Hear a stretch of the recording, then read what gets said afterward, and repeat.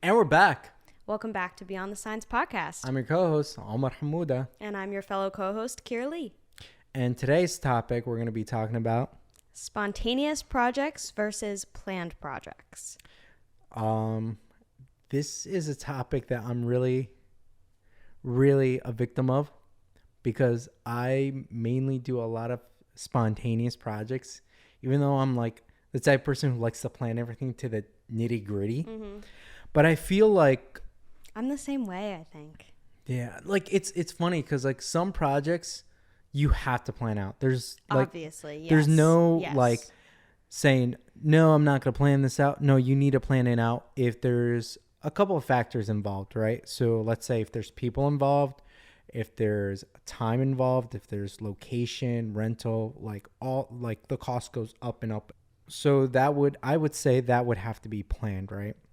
But when it comes to spontaneous work, I feel like it's one of those things that you just have to be the one to do it for yourself. And it's like one of those things like, oh, let's just do it, you know? Like, for example, I'll be sitting around home one day and I'm like, damn, I need to make a commercial for 𝐅𝐿𝐿. So I'll just pick up my camera and just start recording and see what I got. Best things happen. Yeah.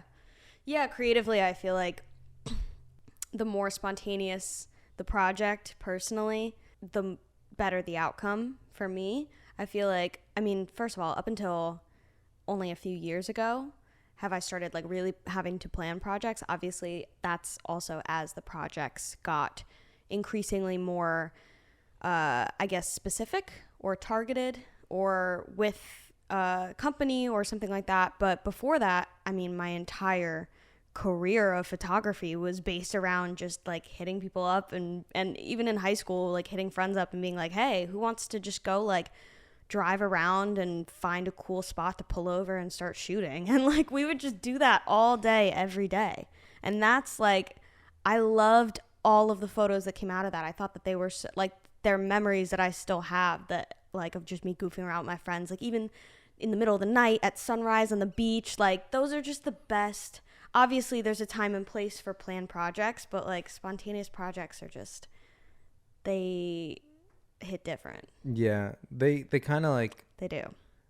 It solidifies the reason why I got into photography and videography.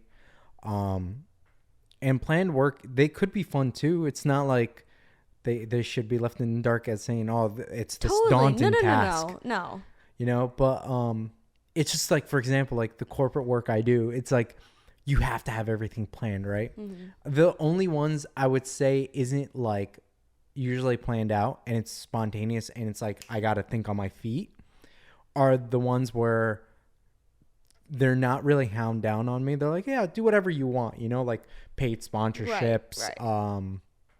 The ones where you have the creative freedom to do whatever you want. So I guess like those could be like planned / spontaneous at the same time. So it's really like what comes down to it. But like for me, like I think the spontaneous work that I like to do is mainly like stuff that is for myself and only for myself, not for clients and stuff. Because I went through it too where like the client would ask me, hey, like, do you have like a planned out or anything like that? And I'm like, no, I'm just gonna wing it. And then they get like weary. And then like weird.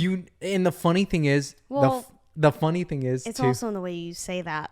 If you're like, I'm just gonna wing it, they're like, well, yeah, are you? I don't say wing it. Like that's just in my head. I'm like, we'll see what we got. You know, like in the most like professional manner. And then they're like, I don't know about that. And they'll say, I don't know about that. Mm-hmm. And then when you're in the editing room, they already have like that negative like feedback from like that. So like my experience is that once they say that, then I'll sit them down and say, hey, okay, we're going to plan everything out, but you need to be cooperative with me. I think there's also such like, not gray areas, but just so many layers of in between with spontaneous and planned projects, because even if you have a spontaneous project that you say rent a studio for, or you already have a location in mind, you say we're going to go to this park or we're going to do this, you're still planning to a certain extent, but you're not rigorously planning out every shot. Like there's a difference between you know, for example, in photography, the full go all out to plan it mode is like creating mood boards, talking with the client about what they want versus what you're seeing, you know, talking about renting a space if you need to, otherwise just finding a space outside or whatever, having specific shots that you maybe are taking inspiration from, and like props and different things to really get across what the client is trying to get across with those photos. But then there's also like, I've had clients where we'll just book a specific studio space, or we'll just go to a specific location, and then everything else is just spontaneous from there, and it works out wonderful. Right. You know, so there's so many like layers and levels to. So let's break it down to this then. So what about those spontaneous where it's like literally you haven't planned anything. You just get up and say, yo, we're going to shoot here. Because like you just said it yourself, like spontaneous work, it has a certain degree of like planning. But like what about those ones where like you literally like, I grab my camera, let's see what I got. Yes, you know? right. I remember back in architecture school, I was taking a photography class, ironically. And one of the photographers we were doing a case study of was literally one photographer who would literally have like a point and shoot, who would just have it on her chest, right? Like here, like holding it and walking around just snapping pictures, right? And the methodology behind that is that life is a fleeting moment. So like wherever I travel, I'm just going to capture people in their most candid state. Yeah, they can see my camera, but it's so small that like no one's going to notice that I'm clicking it, right? So that's kind of like where that's a very spontaneous thing. You could still say it's planned because like I grabbed the camera and said, I'm going to shoot today, you know, but like that's spontaneous though. That I would classify as definitely spontaneous. And that makes me think of, you know, when I was in high school, like just hitting up all my friends and just being like, yo, who wants to shoot today? It was so much easier when you're younger, I feel like, because obviously you're in high school. People, you know, nowadays everybody has really busy lives and they're doing a ton of things on the daily. So I feel like I'm really thankful that I had that time as a kid and as a teenager to just like go around with my friends and just go skating like in the middle of the night in the summer and just like shoot with like we'd like shoots where we'd like put glow stick necklaces around like our like wrists and our ankles, and it was stupid. It was so we were like 13. You actually reminded me of a time when you remember that movie Dumbass? Yeah. So I remember this. I don't know why, like I was talking about this with my friend who like we were trying to attempt to do a dumbass version of ours, and we were like literally like truly like dumbass moves. Like for example, one would like kick a car and see if the alarm would go off, and like, but those were spontaneous. We actually filmed it and stuff like that, and like that's extra. It was funny because like literally you see me kicking a car and I'm just waiting for the alarm to go off, and everyone's like run. I'm like, but like it didn't go off, and then like you see this guy like did. Yeah, you see this guy running at us saying like, I'm gonna call the cops on you. Yeah, because it was his car. Yeah. Yeah. So you were interesting kid. Yeah, no, it was like it was one of those things where it's like you're just messing around with your siblings. No, totally. Exactly. Well, it wasn't my siblings, it was like me and my friends and stuff like that. Oh, I thought you said your sister for some reason before. No, my friend. Oh. Did I say sister? I don't know. Maybe. No, my sisters wouldn't do that. Yeah, I was gonna say. Maybe my brother when he was younger, but not even super young, like because my brother was a little bit more mature than me. Yeah. In a sense where he looked at me, he's like, "Why?"